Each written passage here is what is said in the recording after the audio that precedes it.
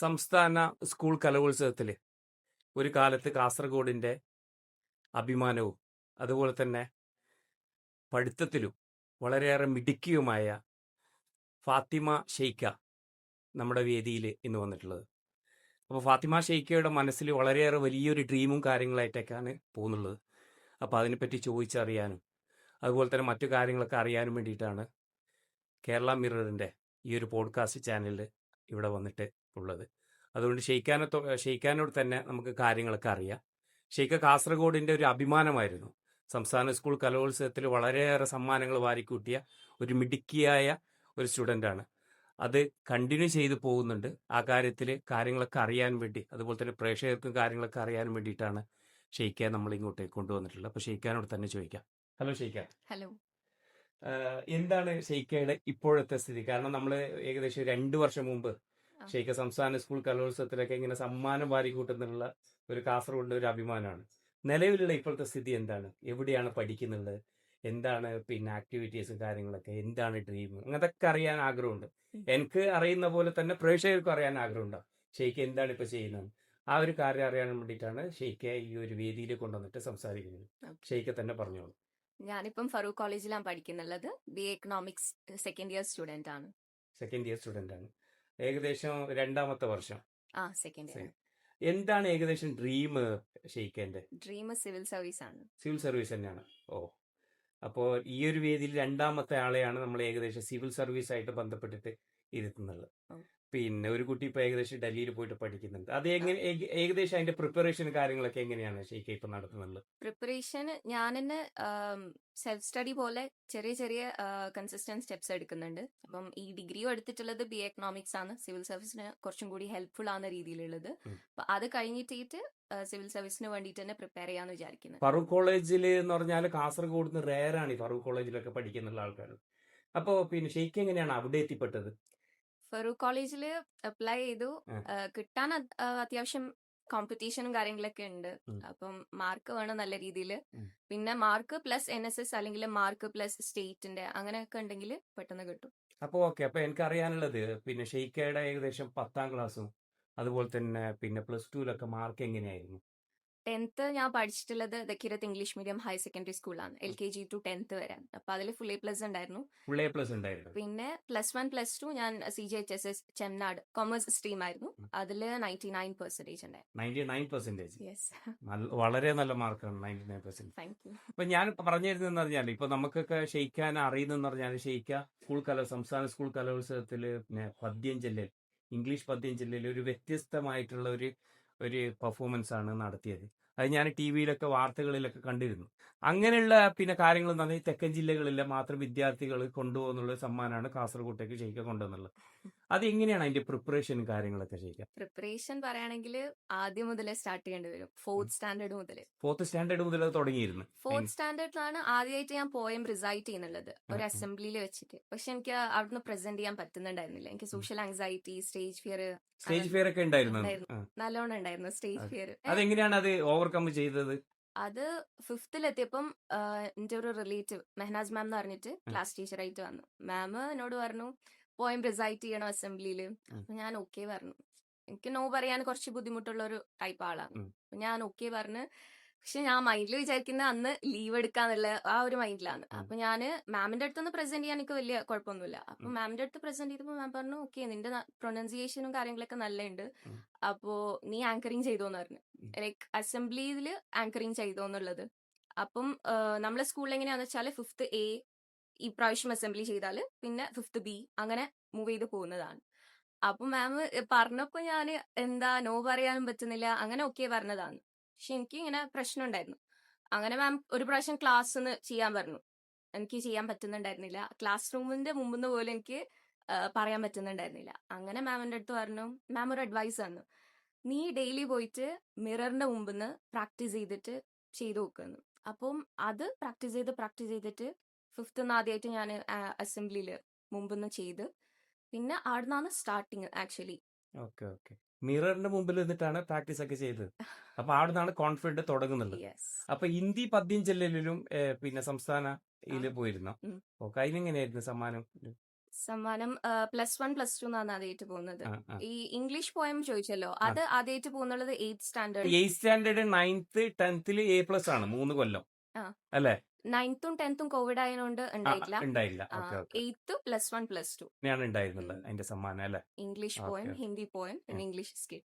English കിറ്റും ഉണ്ടായിരുന്നു. Okay അത് കാസർഗോഡിന് വേണ്ടിയിട്ട് സംസ്ഥാന കലോത്സവത്തിന് പോയത്. അത് വലിയൊരു അഭിമാനമായിരുന്നു ആ സമയത്ത്. അതുപോലെ തന്നെ ഷെയ്ഖാന്റെ അവതരണ ശൈലി എന്ന് പറഞ്ഞാൽ ഒരു ഡിഫറെന്റ് ആയിരുന്നത്. വളരെ മികച്ച ഒരു പെർഫോമൻസ് ആയിരുന്നു മൊത്തത്തിൽ ഉണ്ടായിരുന്നത്. ഈ സിവിൽ സർവീസിലേക്ക് ഇങ്ങനെയുള്ള ഒരു മനസ്സ് മാറ്റാനുള്ള ഒരു ഇതെങ്ങനെയാണ്? അത് എപ്പോ മുതലാണ് തുടങ്ങിയത്? അങ്ങനെ സിവിൽ സർവീസ് എന്നുള്ള ഡ്രീം 8th സ്റ്റാൻഡേർഡ് മുതലേ ഉണ്ടായിരുന്നു. ഉണ്ടായിരുന്നു. Okay okay okay. ബ്രദറാണ് കൂടുതലും ഇതിനെ കുറിച്ച് പറയാ. എന്റെ elder brother elder brother civil സർവീസിനെ കുറിച്ച് പറയും. IAS IFS അങ്ങനെ ഒരു ഡ്രീം ഉണ്ടായിരുന്നു. ഉണ്ടായിരുന്നു. അങ്ങനെ +1 +2 ആയപ്പം അതിന് പിന്നെ ഏത് സ്ട്രീം ആയാലും കുഴപ്പമില്ല സിവിൽ സർവീസിന്. അങ്ങനെ കൊമേഴ്സ് ആയിരുന്നു എനിക്ക് കുറച്ചും കൂടി ഇൻട്രസ്റ്റ്. അങ്ങനെ കൊമേഴ്സ് ചൂസ് ചെയ്തു. അങ്ങനെ ഏതെങ്കിലും കോളേജോ കാര്യങ്ങളോ ഇത് ചൂസ് ചെയ്തിരുന്നോ? ഇപ്പോൾ നിലവിൽ ഇപ്പൊ ഡൽഹിയിലാണ് ഇതിന്റെ ഏറ്റവും കൂടുതൽ ആധികാരികമായിട്ടുള്ള കോളേജ്. അതുപോലെ തന്നെ നമ്മളെ തിരുവനന്തപുരം ഉണ്ട്. പിന്നെ കുറെ പ്രൈവറ്റ് ആയിട്ടുള്ള കുറെ കോളേജസ് ഒക്കെ ഉണ്ട് ഇങ്ങനെ ചെയ്യാൻ. അപ്പൊ ഷെയ്ഖ് അങ്ങനെ എന്തെങ്കിലും ഒന്ന് പിന്നെ പ്രിപ്പയർ ചെയ്തിരുന്നു ഇവിടെ പോവാ അങ്ങനെ എന്തെങ്കിലും? ഇല്ല, ഇൻസ്റ്റിറ്റ്യൂട്ട് ഇതുവരെ ചൂസ് ചെയ്തിട്ടില്ല. ചൂസ് ചെയ്തില്ല ഡൽഹി നോക്കാന്നാണ് വിചാരിക്കുന്നത് യു അല്ലെ? ജി കഴിഞ്ഞതിന് ശേഷം. നിലവില് ഇവിടുത്തെ പെർഫോമൻസ് എങ്ങനെയാണ്? പഠിത്തത്തിലുള്ള കാര്യം ഫസ്റ്റ് ഇയറും സെക്കൻഡ് ഇയർ ഒക്കെ നല്ല രീതിയിൽ പോകുന്നുണ്ട്. നല്ല രീതിയിൽ പോകുന്നുണ്ട്. മാർക്കൊക്കെ എങ്ങനെയുണ്ട്? മാർക്ക് ഫസ്റ്റ് സെമസ്റ്റർ 9.88 ഉണ്ട്. 9.88 ഉണ്ട്. ഓക്കെ. Second sem 9.667. 9.66 ഉണ്ട് അല്ലെ?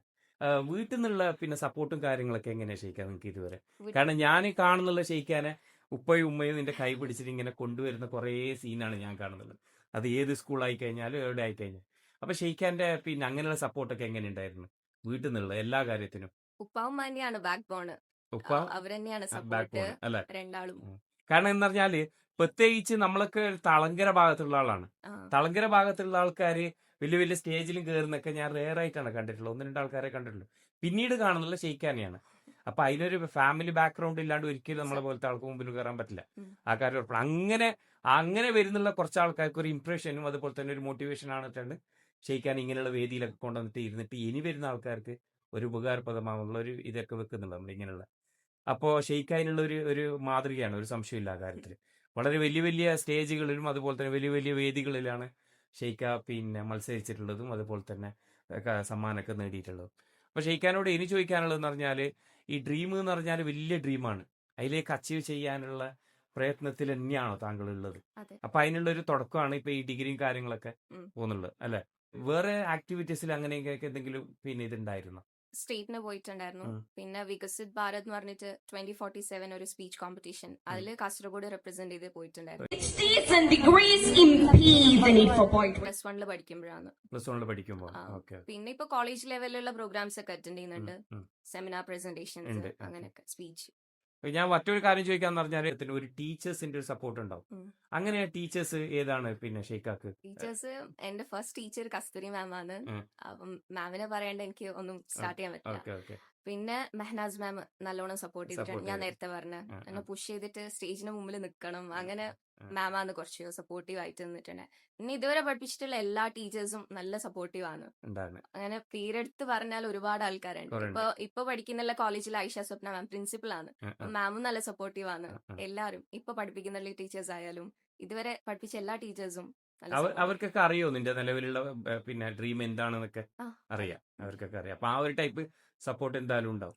പിന്നെ ഞാൻ കഴിഞ്ഞ ദിവസം വീട്ടിൽ വന്നപ്പോ ഏകദേശം വീട് നിറയെ സമ്മാനങ്ങളാണ്. അത് പിന്നെ ഏകദേശം ഒരു ഏരിയ തുടങ്ങിക്കഴിഞ്ഞാൽ റൗണ്ട് വരുമ്പോൾ മൊത്തം ഷെയ്ഖാന്റെ പിന്നെ സമ്മാനങ്ങളാണ്. ഈ സമ്മാനങ്ങളൊക്കെ എനിക്ക് തോന്നുന്നില്ല കാസർഗോഡ് ഇങ്ങനെയുള്ള ആരെങ്കിലും പിന്നെ പെൺകുട്ടികൾ വാങ്ങിച്ചിട്ടുണ്ടെന്നൊന്നും എനിക്ക് തോന്നുന്നില്ല. അപ്പൊ അത്രയും മിടുക്കിയായിട്ടുള്ള ഒരു സ്റ്റുഡൻ്റാണ് ഷെയ്ഖാൻ.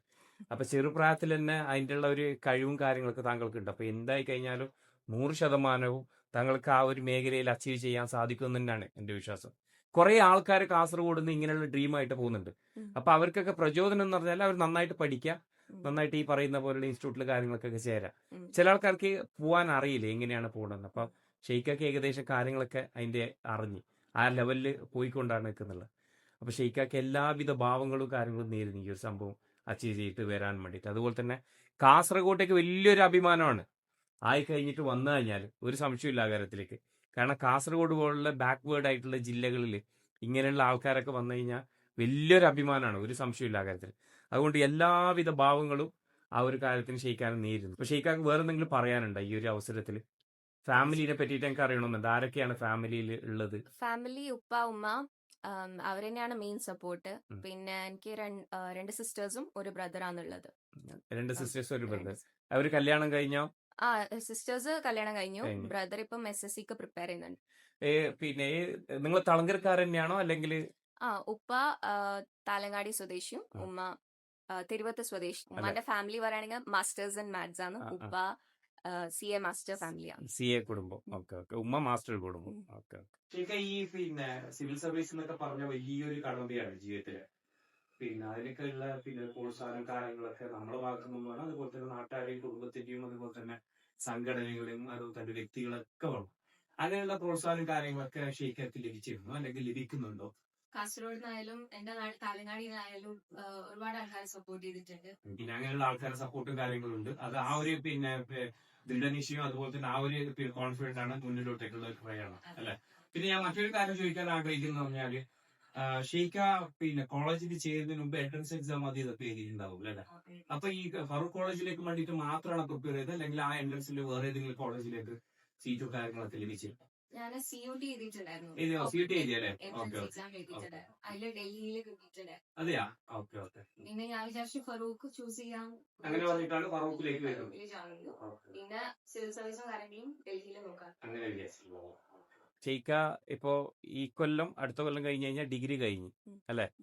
അപ്പോൾ ഡിഗ്രി കഴിഞ്ഞിട്ടായിട്ടാണ് താങ്കളുടെ പ്രിപ്പറേഷൻ കാര്യത്തിനൊക്കെ ഉള്ളത്. അപ്പൊ ഈ ഒരു വേദിയിലേക്ക് വന്നതിൽ വളരെയേറെ സന്തോഷമുണ്ട് നമുക്ക്. അതുപോലെ തന്നെ താങ്കളുടെ കാര്യങ്ങളൊക്കെ അറിയാൻ സാധിച്ചതിലും വളരെ സന്തോഷമുണ്ട്. അപ്പൊ എല്ലാവിധ ഭാവങ്ങളും ഒരിക്കൽ കൂടി നേരുന്നു. Thank you. Thank you.